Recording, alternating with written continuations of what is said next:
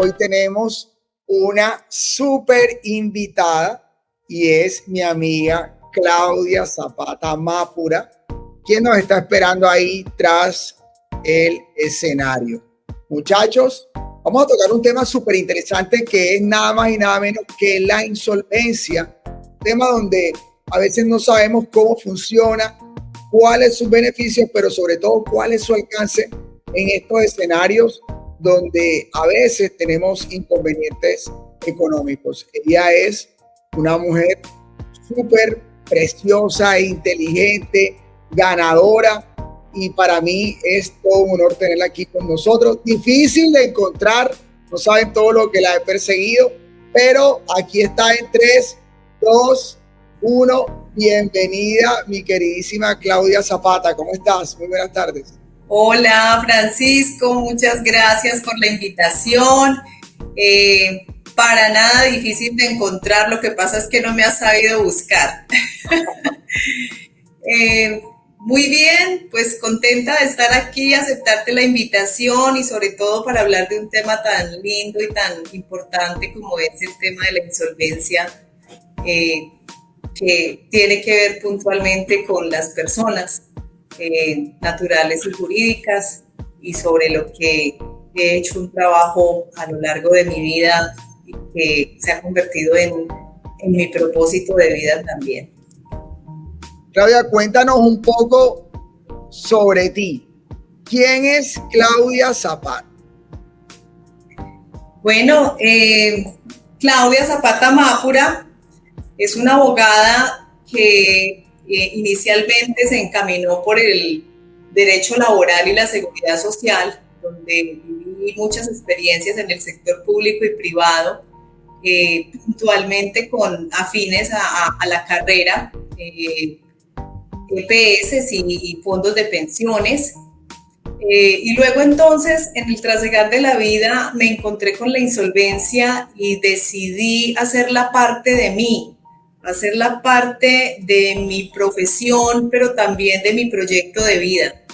Hace 13 años exactamente decidí iniciarme en este camino, convertir la insolvencia en mi propósito, y te quiero decir, Francisco, que lo he logrado. Ha sido para mí una satisfacción profesional y personal bastante interesante, de la cual me siento muy orgullosa, muy agradecida, y seguiré llevando la insolvencia y divulgándola por todos los rincones de este país hasta donde la vida y Dios me lo permita.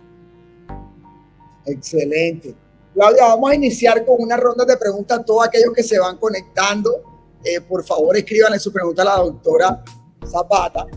Yo voy a hacer unas preguntas un poco inocentes y después unas más técnicas, Claudia. ¿Te parece? ¿Empezamos difícil o suave? Como quieras. Preparada. Insolvencia. Pregunta tonta. ¿Insolvencia es lo mismo que declararme en bancarrota o quiebra? Bueno, realmente insolvencia es un estado en el que se encuentran las personas naturales o jurídicas cuando no pueden atender sus obligaciones financieras. Esa puntualmente es la definición de un estado de insolvencia.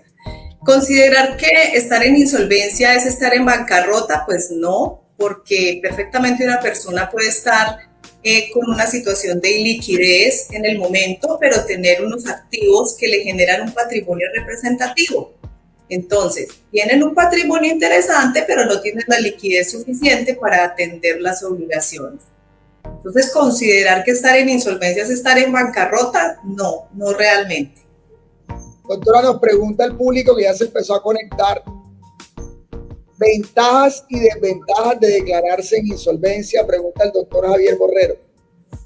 Bueno, contestémosle a Javier que las ventajas que tiene declararse en insolvencia pues son puntualmente lograr reunir a todos los acreedores, bien sea a través de una negociación de deudas bajo la ley de insolvencia para la persona natural, o a través de un proceso de insolvencia bajo el régimen de la ley 1116, que es para las empresas y los comerciantes, y las ventajas son poder reunir a todos los acreedores, negociar las obligaciones, estableciendo fórmulas de pago acordes a la capacidad económica de la persona y de la empresa, y poder en ese sentido, si le han iniciado procesos ejecutivos con medidas de embargo, pues solicitar a los juzgados, a las entidades administrativas, la suspensión de esos procesos y en su defecto la suspensión de las medidas cautelares.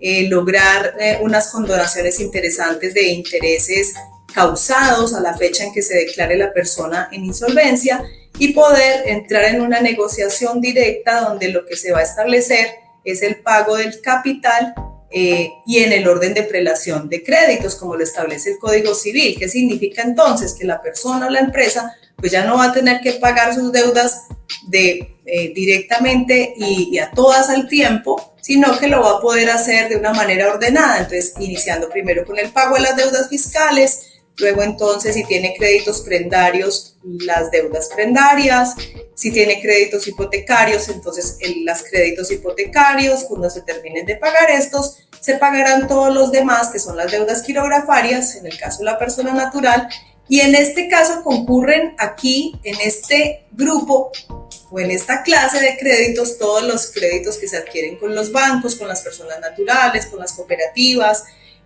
todos los créditos que no tengan una garantía real como respaldo y se pagan a prorrata. Esas serían las grandes ventajas que tiene una persona o una empresa cuando se declara en insolvencia.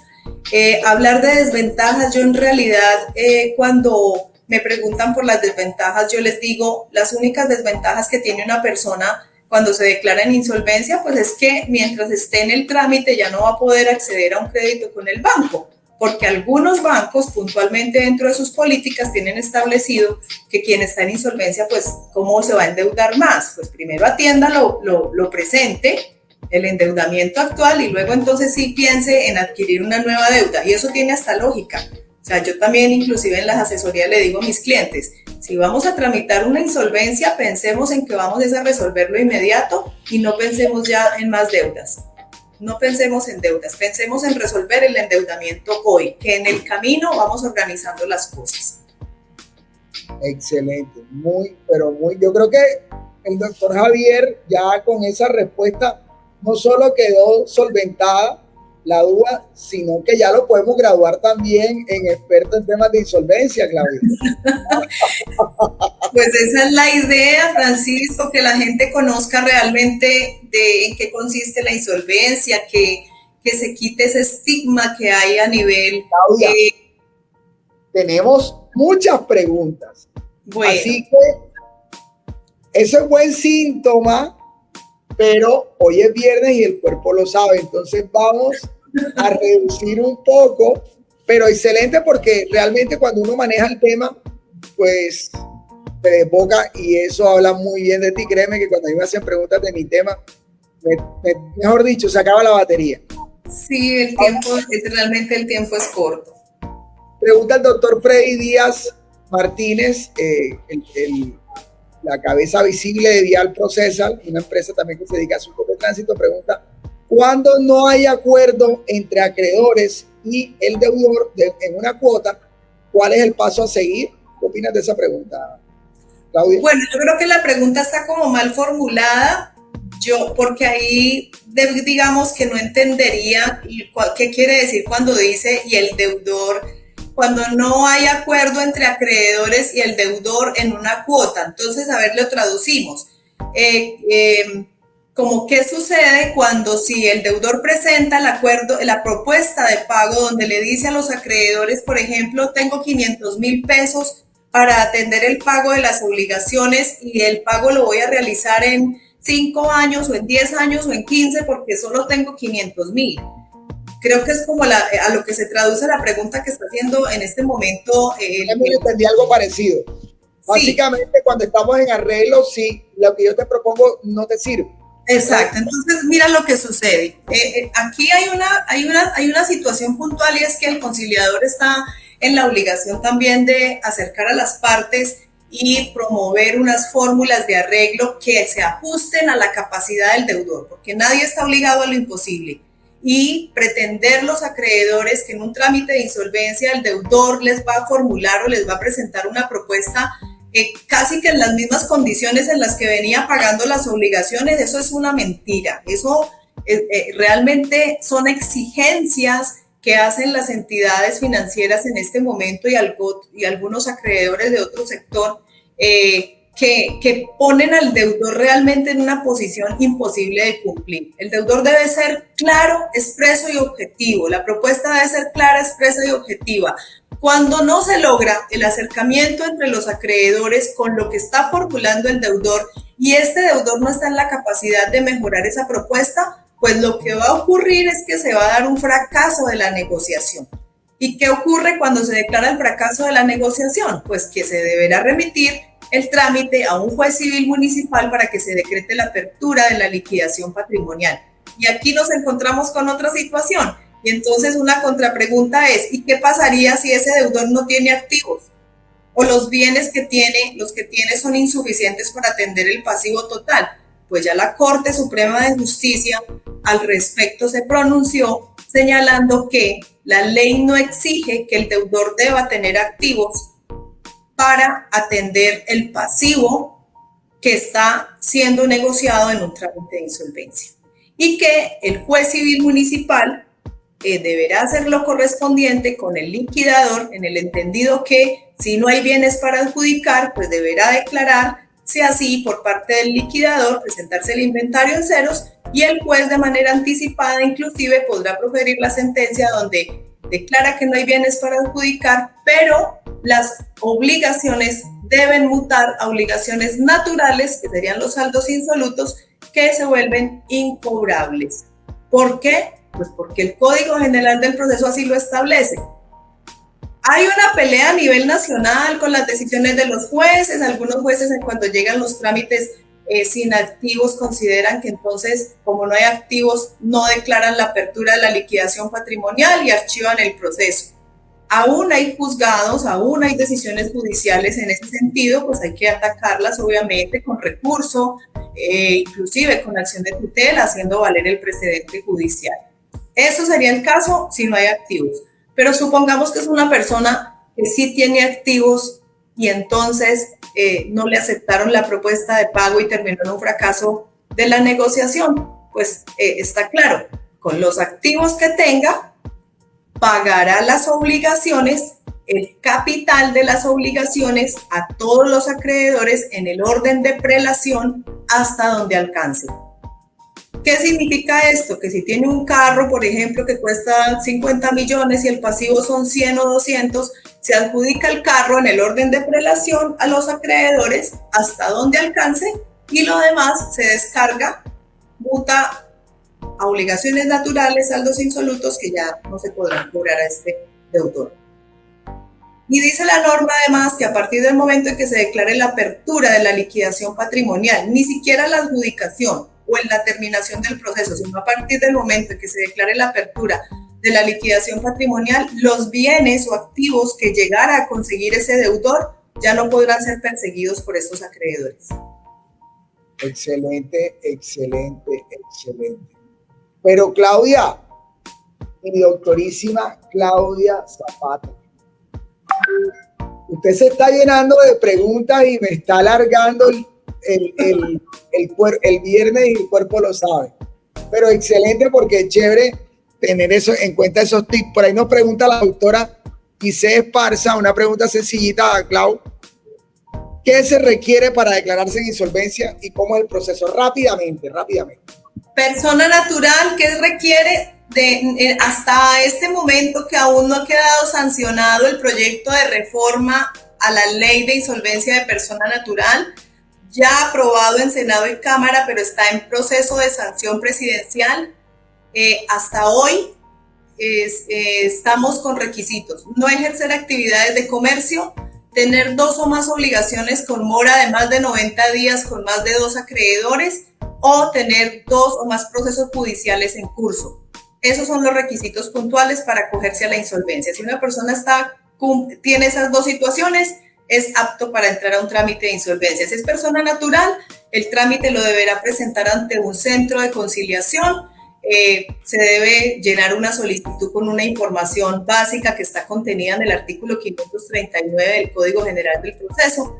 Yo siempre digo, aquí no hay que inventar, hay que coger simplemente el artículo 539 y la solicitud irla diligenciando con cada numeral que está allí, ahí ya se conformó la solicitud.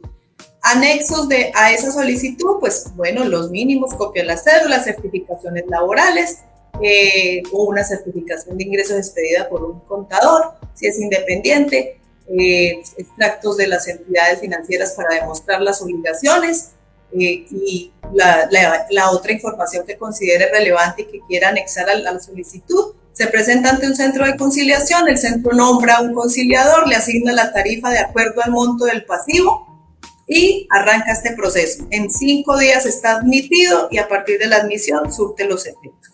Si es una empresa o un comerciante, los requisitos están señalados en la Ley 1116 de 2006.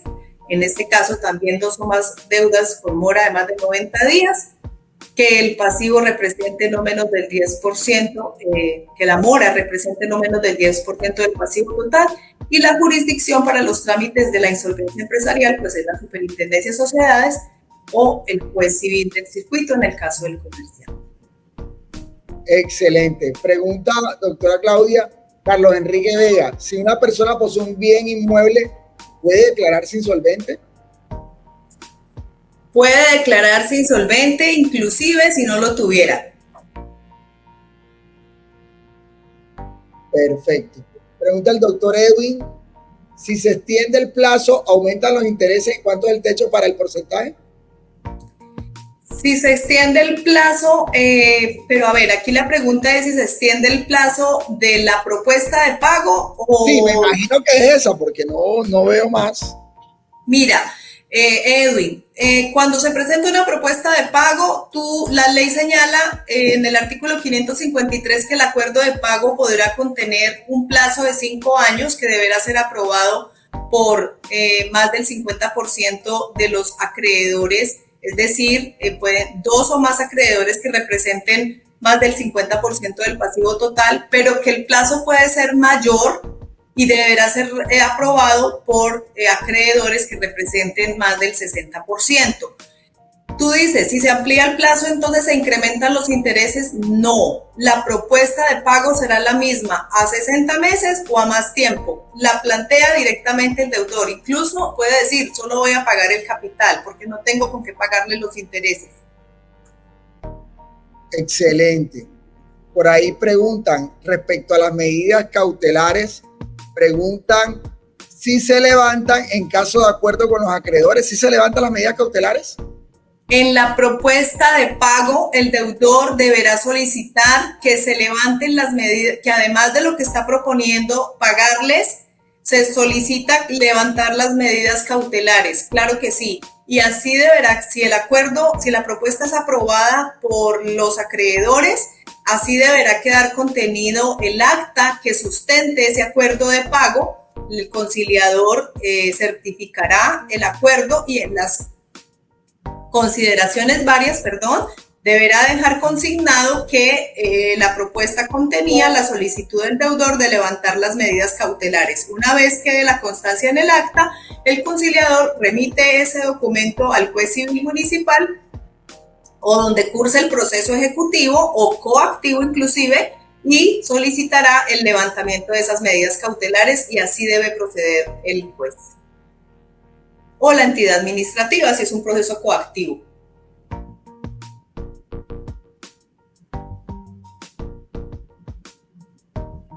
Excelente, doctora. Por aquí nos pregunta la doctora Lucero Andrea, ¿cuánto puede costar el proceso de insolvencia de persona natural? ¿Cuánto cuesta? Porque, entre otras cosas, Claudia, parece una pregunta tonta, pero no es tan tonta, porque es que si tú estás en una situación donde no estás con esa capacidad económica, y entonces vamos a contratar al experto, ¿de dónde sale la plata? Pues mira, realmente no hay un valor fijo establecido para decirte es que un trámite cuesta, por ejemplo, 2 millones. No hay una tarifa fija establecida.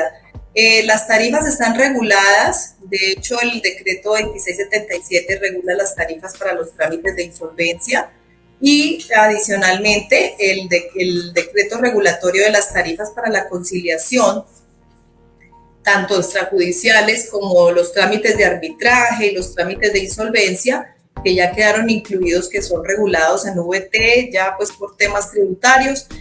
Las tarifas se cobran es de acuerdo a el monto adeudado. Entonces, cada centro de conciliación privado es libre de cobrar la tarifa, bien sea las tarifas plenas o hacer unos ajustes que permitan el acceso a las personas a los trámites. Las cámaras de comercio, por su parte, también tienen una regulación donde tienen establecidos unos techos para cobrar las tarifas y también pueden ser susceptibles de bajo acuerdos internos, es decir, no vamos a cobrar la tarifa plena, sino que vamos a hacer unos ajustes también a la misma. Entonces, esto no es, realmente yo no podría decirte, Lucero, que el trámite cuesta tanto. No, es de acuerdo al pasivo y también de acuerdo al centro de conciliación que lo tramite. Pero vamos a hacer un acercamiento. Supongamos que debo 300 millones y me quiero declarar en insolvencia. Bueno, pues para un trámite de 300 millones de pesos, una tarifa promedio en un centro de conciliación, en Cali, por ejemplo, puede costar los gastos de centro de conciliación y conciliador aproximadamente 7.300.000 pesos. Hay otros que aplican, como te digo, la tarifa plena, que son aproximadamente 25 millones de pesos. Otros, por ejemplo, cobran la mitad, pero ese sería como el tope, digamos, mínimo en el evento de querer acceder a un trámite de 300 millones, y adicional estarían los honorarios del abogado que represente a ese deudor en el trámite. Excelente. Pregunta el doctor Ney Jiménez. El juez civil no tiene potestad normalmente en el proceso de insolvencia, sí, solo sí, cuando no hay acuerdo entre el insolvente y los acreedores. El juez civil, ¿en qué casos entraría, digamos, a intervenir en un trámite de insolvencia? Cuando se presente una objeción o una controversia, dice la norma que el competente para resolverla es el juez civil municipal. Cuando se presente la impugnación de un acuerdo de pago, el competente es el juez civil municipal. Cuando se declare el fracaso de la negociación y requiera un proceso de liquidación patrimonial, pues es el juez civil municipal. O también cuando se denuncie el incumplimiento de un acuerdo, pues en este caso también el juez civil municipal entrará a dirimir como esa situación para entrar a determinar si fueron causales atribuibles al deudor ese incumplimiento. El juez civil municipal en realidad sí entra en varios escenarios y se presentan inclusive dentro de la negociación, no únicamente en el proceso de liquidación patrimonial. Puede hacerlo y está facultado en estas etapas anteriores, como lo mencioné, para resolver objeciones, para resolver impugnaciones al acuerdo, para resolver denuncias de incumplimiento de un acuerdo. Excelente.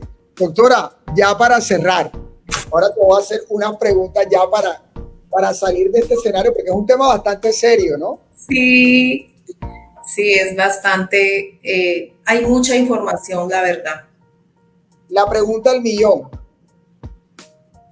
¿Por qué, habiendo o existiendo tantos ciudadanos en esta lamentable situación, por qué crees tú que no ven una opción tan rápida a la insolvencia?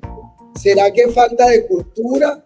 ¿Será que ignorancia pura y dura de que creen que es algo totalmente malo cuando realmente van a reestructurar su vida económica? ¿Por qué crees que está pasando esto, Claudia? Mira, Francisco, nosotros hemos hecho un estudio para determinar justamente qué es lo que sucede y por qué cuando revisamos las estadísticas del Ministerio de Justicia encontramos que no hay la suficiente trámites de insolvencia y nos preguntamos qué pasa. Y a la conclusión a la que hemos llegado es que es por falta de cultura, por falta de divulgación, de más divulgación de la insolvencia, y también porque muchas personas lo consideran un acto vergonzoso. Les cuesta reconocer ante la sociedad y ante la familia que tienen un problema de endeudamiento y que ya su capacidad económica no les da la suficiencia para atender las deudas, pero también una vida social, digamos. Pero Claudia, al final tú no andas con un letrero en el pecho diciendo que eres insolvente, porque estás en trámite de insolvencia. Yo creería que, como bien lo dices, creo que es la misma ignorancia respecto al tema, ¿no? Sí, la falta de divulgación también, porque tú sabes que un tema cuando se divulga con fluidez y con mayor publicidad, quizá pues llega a muchas personas y muchos se van a enterar de que existe una ley que los cobija, que los protege, que pueden proteger el patrimonio, que pueden resolver un tema de endeudamiento, que pueden resolver una situación que no solamente genera un estrés personal, sino una disfunción familiar, porque es que no solamente involucra, mira, por el tema de las deudas hay divorcios, por el tema de las deudas hay hijos tomando caminos inapropiados, por el tema de las deudas hay personas que por el endeudamiento no le han podido dar educación a sus hijos. Complicado, parece mentira. Y sucede, inclusive hay personas que dicen infidelidades, porque es que voy donde mi amiga Susana, que esa sí me presta, porque usted no tiene plata para prestarme.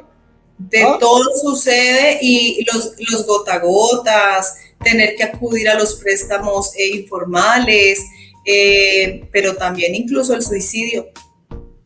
También incluso el suicidio y ha ocurrido, y tenemos casos reales, tristes, que habían podido a través de un trámite de insolvencia resolver su problema y volver a reactivarse financieramente, pero por el desconocimiento o por no afrontar esa realidad. Claudia, una pregunta. Una persona se declara insolvente oficialmente. ¿Cuánto tiempo demora? Porque esa es otra gran preocupación de las personas para ser un sujeto de crédito en el sistema financiero atractivo. Cuando yo me desprendo de ese cartel de ser insolvente a ser un sujeto abierto a crédito, porque me imagino que es el temor de la gente también. Lo que la gente no entiende es que sí, te estás quedando mal, y es que tú no eres sujeto a crédito en las bases de datos tampoco. A la gente le preocupa mucho el tema del data crédito, ¿sabes? Y el tema, esa es la consecuencia, digamos, desfavorable, como lo decía al inicio cuando preguntaban que cuáles eran las ventajas y las desventajas. Pues es una de las desventajas que, a mi modo de ver, en últimas ni siquiera es algo tan perjudicial para una persona, porque llegará el momento en que lo podrá resolver, pero cuando se acoge a la insolvencia, el trámite, el data crédito, pues obviamente va a quedar bloqueado, porque allí queda el registro de que se encuentra en insolvencia. Para una persona que está cumpliendo con el acuerdo de pago, pues lo que llama la norma es a que ese acreedor tiene que estar actualizando en las centrales de riesgo que es un deudor con acuerdo de pago cumplido, ¿sí? Entonces, la obligación del acreedor es actualizar esa información de ese deudor. De alguna manera esto pues le va cambiando su estatus y su categoría o su puntaje negativo en la central de riesgo, porque si es un deudor pero con acuerdo de pago en cumplimiento, pues dejó de ser deudor en mora, ¿no? Ya está al otro lado. Si llega a un proceso de liquidación patrimonial y el proceso ya se termina, pues dice la ley que tendrá que estar el tiempo máximo señalado en la ley que regula el data crédito, y en este caso entonces pues serían los 8 años que determina la ley, porque son 4 años más el doble, pues 8. Pero hay una posibilidad para ese deudor, y es que si logra negociar sus obligaciones con los acreedores, inclusive cuando termine un proceso de liquidación patrimonial y se le declaren los saldos insolutos, si ese deudor logra pagar esas deudas con posterioridad, pues obviamente las va a poder pagar a un valor más reducido, y logra poner al día esos saldos insolutos. Esta norma también le permite, es como un beneficio que le da, y dice que el historial negativo deberá ser borrado automáticamente. Excelente. ¿Sí? Excelente. Claudia, una última pregunta para cerrar. Como todos los temas en derecho, tienen ciertas minucias. O sea, no es todo el mundo que abre el libro, lo lee y ya voy a declarar insolvente a todo el mundo. ¿Qué recomendaciones tú das con los años de recorrido que tienes en esta temática tan interesante y tan delicada, a aquellos abogados que de repente quieren incursionar porque sí, porque les provocó? ¿De qué deben de cuidarse o qué errores pueden cometer que sean muy comprometedores en la defensa de un cliente o en esta situación de declaración de insolvencia? A ver, yo realmente el llamado que les hago es a que antes de entrar a considerar una asesoría a una persona que está en un estado de insolvencia y que necesita evidentemente un trámite, bien sea para salvar su patrimonio, porque lo que está en juego es eso, ¿no? La mayoría de las personas lo que tienen en juego es su casa, que ya se la va a rematar el banco, el salario que se lo han embargado o están a punto de embargarlo, la cuenta bancaria, el vehículo, que ya entonces el tránsito esperando a ver dónde lo encuentra para prenderle el vehículo. El consejo a los abogados o a los asesores en insolvencia, que no tienen que ser precisamente abogados, es infórmense bien. Infórmense bien, porque una mala o una indebida asesoría puede llevar a un deudor que pudo haber logrado un acuerdo de pago en unas condiciones armónicas con los acreedores, lo pueden llevar inclusive a una liquidación y a que termine perdiendo su patrimonio cuando no era esa la intención de ese deudor. Llevarlo a un trámite donde lo dejan, si lograron un acuerdo de pago, como hacen muchos, venga que con el trámite de insolvencia usted ya no le va a tener que pagar a nadie. Págueme a mí los honorarios, le voy a cobrar tanto y usted ya no le va a tener que pagar a nadie las deudas, porque para eso es la ley de insolvencia. Eso no es cierto, eso es falso. En un trámite de insolvencia, lo más importante es estudiar la negociación, estudiar la propuesta de pago, estudiar a cada acreedor, lograr ante todo un acuerdo de pago. Y si esto no es posible, pues la liquidación patrimonial, pero que sea con toda la claridad para el deudor, explicándole muy bien cuáles son los riesgos a los que se puede exponer, pero también explicándole que a veces inclusive es preferible un trámite de insolvencia si llegara a una liquidación patrimonial y tuviera que entregar el bien, a tener que ser el bien rematado por un juzgado donde un solo acreedor se le queda con el bien, pero él va a quedar con todas las otras deudas. En un trámite de insolvencia es muy probable que con el bien le pague al acreedor garantizado, le quede un remanente, ¿sí?, para pagarle un poquito a los demás acreedores, o inclusive si no le alcanzara, pues va a poder descargarse de esas otras obligaciones.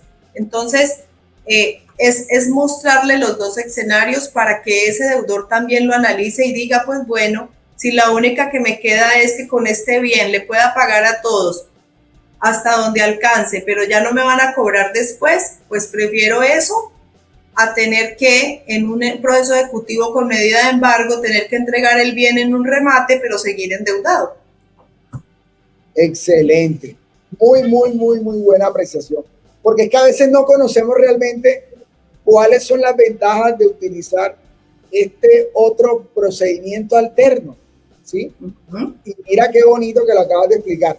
Claudia, encantadísimo de que nos hayas acompañado el día de hoy, y estás invitada cordialmente para la próxima semana en una dinámica que si me la aceptas, sé que le va a gustar a muchos de nuestros seguidores, que es en vivo y en directo hacer una especie de, ¿qué sería yo? De un simulacro, pero rápidamente.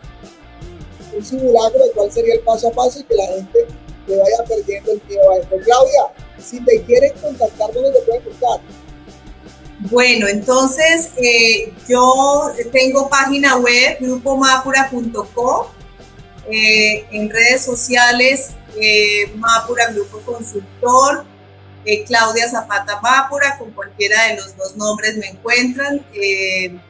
La empresa se llama igual como es mi apellido, mi segundo apellido, entonces es muy fácil que me ubiquen al correo electrónico info@grupomapura.co y al celular 318-453-6011. Ahora con la virtualidad tenemos la posibilidad de atender desde cualquier lugar todos los trámites a nivel país. Soy operadora en insolvencia en casi todas las ciudades principales del país.